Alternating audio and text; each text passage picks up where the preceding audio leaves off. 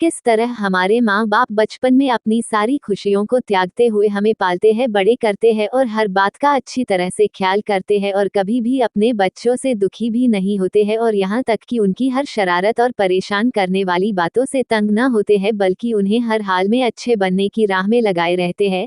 लेकिन जैसे वक्त के करवट के साथ समय बीतता जाता है और यही बच्चे बड़े बन जाते हैं, पैसा कमाने लगते हैं और खुद को इतना बड़ा समझने लगते हैं कि उन्हें अपने स्वार्थ के आगे कोई नहीं दिखता है, ऐसे में उनके वही माँ बाप बोझ भी लगने लगते हैं और बुढ़ापे में माँ बाप की सेवा करने और उन्हें खुश करने के बजाय उनमें ही दोष निकालने लगते हैं। ऐसे संतान होने ना होने के बराबर ही होते हैं जो बुढ़ापे में अपने माँ बाप की सेवा नहीं कर सकते हैं, दो वक्त समय निकालकर उन्हें साथ कुछ पल नहीं बिता सकते हैं। ऐसे बच्चे माँ बाप के बुढ़ापे की लाठी बनने के बजाय उल्टा माँ बाप को बोझ समझने लगते हैं।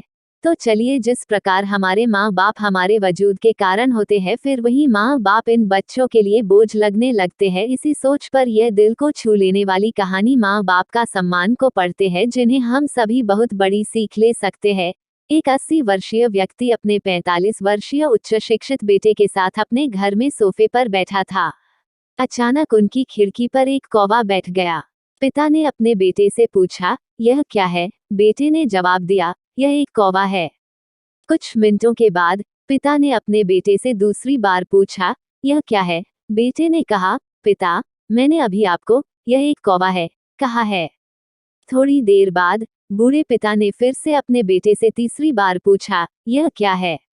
इस समय बेटे के स्वर में कुछ जलन महसूस हुई। तब उसने अपने पिता से झुझलाते हुए बोला, यह एक कौवा है, एक कौवा। थोड़ी देर बाद पिता ने फिर से अपने बेटे से चौथी बार पूछा, यह क्या है? इस बार बेटा अपने पिता पर चिल्लाया, आप मुझसे बार बार एक ही सवाल क्यों पूछते रहते हैं? हालांकि मैंने आपको कई बता चुका हूँ कि यह एक कौवा है। क्या आप इसे समझ नहीं पा रहे हैं? थोड़ी देर बाद पिता अपने कमरे में गए और एक पुरानी डायरी लेकर वापस आए, जिसे उन्होंने अपने बेटे के जन्म के बाद से बनाए रखा था। एक पेज खोलने पर उन्होंने अपने बेटे को उस पेज को पढ़ने के लिए कहा। जब बेटे ने इसे पढ़ा तो निम्नलिखित शब्द डायरी में लिखे गए थे, आज मेरा 3 साल का छोटा बेटा सोफे पर मेरे साथ बैठा था, जब खिड़की पर एक कौवा बैठा था। मेरे बेटे ने मुझसे 23 बार पूछा कि यह क्या है, और मैंने उसे 23 बार जवाब दिया कि यह एक कौवा था। मैंने उसे हर बार प्यार से गले लगाया और उसने मुझसे 23 बार फिर से वही सवाल पूछा।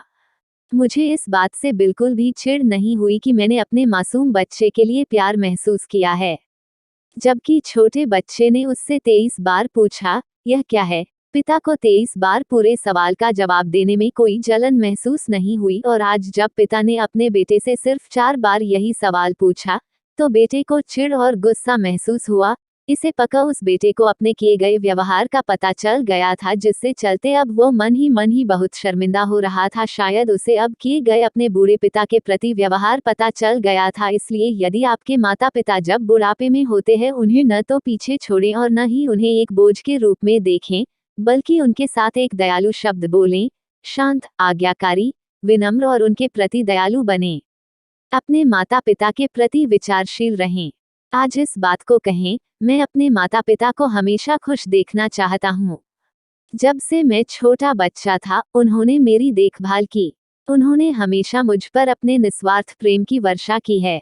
उन्होंने आज समाज में मुझे एक व्यक्ति के रूप में प्रस्तुत करने के लिए तूफान और गर्मी को देखे बिना सभी पहाड़ों और घाटियों को पार किया। भगवान से प्रार्थना करें, मैं अपने बूढ़े माता पिता की सर्वोत्तम तरीके से सेवा करूंगा। मैं अपने प्यारे माता पिता को सभी अच्छे और दयालु शब्द कहूंगा, चाहे वे कैसे भी व्यवहार करें।